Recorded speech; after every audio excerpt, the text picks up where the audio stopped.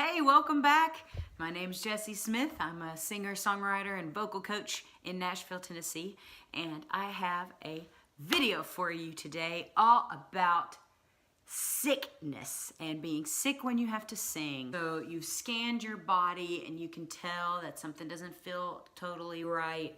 Your throat is hurting or your head's hurting, your chest, maybe your voice is lowering a little bit, and you're like, oh boy, here it comes. So I'm gonna show you the things that have helped me when that starts, and hopefully it'll help you. The first thing that I do is I try to catch it as early as humanly possible, which makes me a little bit of a nut job, but I accept it, it's fine. If I feel any dryness in my throat, I'm pretty attuned to going, that doesn't feel right, that's not normal, because the earlier you get to it, the better. I immediately try to start blasting out the rafters with supplements. So the supplements I tend to use are pretty chill, easy things. I have Emergency. Yes, I really think this stuff actually works pretty well. I do that about 3 times in a day. And I do a lot of hot tea, hot water. The steam and the humidity from all that is really, really nice on a dry throat. But then the supplements are where I really focus. So I have this one. So I have the Emergency. I got this thing called Sinus Blaster. You can find it, this one's from a store called Sprouts, but you can find it at most health food stores, their own version of it, but it'll still be called Sinus Blaster. It's got a lot of really good stuff in it that, especially if you're starting to feel real mucusy and stuff, I think this really helps. I just was gifted this. It's called Well Child, and it looks like it could be really good. It looks like it's for kids supposedly, but just take an adult dose. This was a singer friend of mine who said she swears by this. This will knock out anything. So it's got honeysuckle, elderberry, lemon balm, chamomile. It's got really good stuff in it. That sounds too like something that you could take when you're first feeling it, and maybe it could help a lot. So I also, you know, do some of this. This is not for the children, but whiskey, but especially this Tennessee Fire whiskey.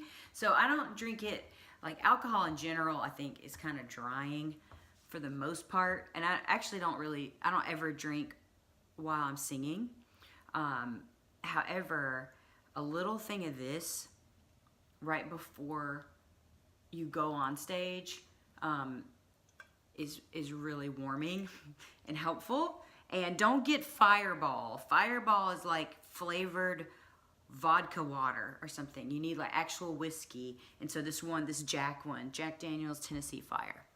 Another drink that I think is really good for your gut and for whatever's like to try to flush it out is a mug of hot water, a tablespoon of lemon juice, sometimes 2, a tablespoon of apple cider vinegar, and honey, and ginger, and cayenne pepper. It doesn't taste that bad. It actually kind of tastes like hot lemonade that's a little too sour or something. I recommend that. Another obvious, I'm not going to spend a lot of time on this, but just go to bed. Sleep every waking moment you can. The thing about being a singer that I'm teaching my singers constantly is the necessity to spoil yourself. The necessity to be a diva when you are a singer. You have to, in order to keep that voice going, you have to have ample sleep, ample fluids, ample everything. So I try to make it a treat, and I just kind of get into the zone by flipping my hair and being like, yes, I'm taking my tea, I'm taking my everything that will keep me nice and plump and juicy. Yes, plump and juicy, that's what you want as a singer. And then when you get a cold, that's what wrecks. It likes to kind of mess with your plumpness and juiciness. Okay, next up, steaming. I want to talk about steaming for a second. Boil a pot of water, put your head over it, let the steam come in your nose, turn on a Jessie Smith video, and just watch it while you let the steam come in and out of your nose. Then that will really juicing up. Yeah, that'll juicy you up a lot. I recently purchased this thing for my last show. It's called the Vicks Sinus Inhaler. And I'm gonna be real with you. I don't recommend this. I loved the idea of having a inhaler at the show because my voice was bad. I'll tell you about that in a minute. However, that is so topsy-turvy. The hot boiling water spills out very easily, and the plug is like this long. I just don't recommend it. It's too hard to deal with. There is another one on the market called My Pure Mist that I'm really curious to try. It's like $150 though, so I'm gonna wait and see if I really need it. Don't talk and do not sing as much as you can. However, you still need to keep using it a little bit, and I highly, highly recommend an old vocal coach of mine who has a video series on singing when sick, warm-ups to do. His name is Jamie Wigginton. He's on YouTube. I'm going to post his link below to go check out his videos. I warmed up to his videos so much. I have warmed up so much to his videos when I'm getting sick.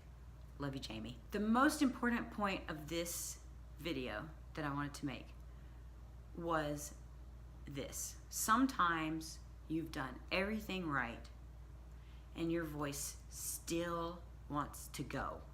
Your voice still doesn't hold up. And I have an example of that happened to me. A couple weeks ago, I started getting sick. I had a really big show coming up, and I started feeling it in my chest. Went to the doctor. They said, "Oh, you have walking pneumonia." Actually, they gave me the medicine cabinet of steroids and antibiotics, that sort of thing. At that point, it was about 4 days before this big show. I had no voice. I had 101 fever. I was like, what am I gonna do? I did everything. I mean, I ate only hot soup and drank only hot water and tea. I didn't even touch lemons because I know that they're kind of acidic. You know, I did everything so by the book. I got very stressed. The next night was the concert. My voice was completely gone. And right now, actually, I still have the remnants of it. But there was a lot of anxiety and emotion that was coming out. Because one of the things that I like to be as a singer is very free on stage. And when you have something that's making you sound not like you normally do, the first thing I wanted to do was hide. And if I'm trying to hide and perform at the same time, it makes it even worse. So I had to just have a come to Jesus meeting with myself and say, Jessie, do not crumple into a million pieces here. Don't do it. There were 2 points during the show that I'm just in tears, and I made myself embrace those tears as part of the show and let those tears about my voice pull out more emotion in the songs.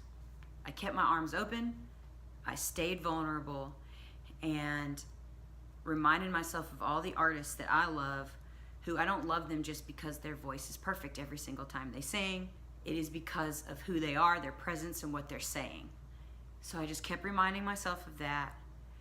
Every time there was a big note, I changed the melody line a little bit, just kind of did a run off of it. Do I want a video of that show everywhere, you know? No, I don't. However, I came away from that with so much pride in myself and relief that I had shown up even when it was that hard, that it taught me a lot. And it taught me that I am gonna be okay even if my voice was not where I want it to be. I wanted to pass on that encouragement to you. Do everything you can, you know, get your vitamins, get your inhalers, get your stuff. But at the end of the day, if you still have that cold, you still keep your arms wide open. You'd be proud of exactly what you are in that moment, because it's so much more than your technique that you bring to the table.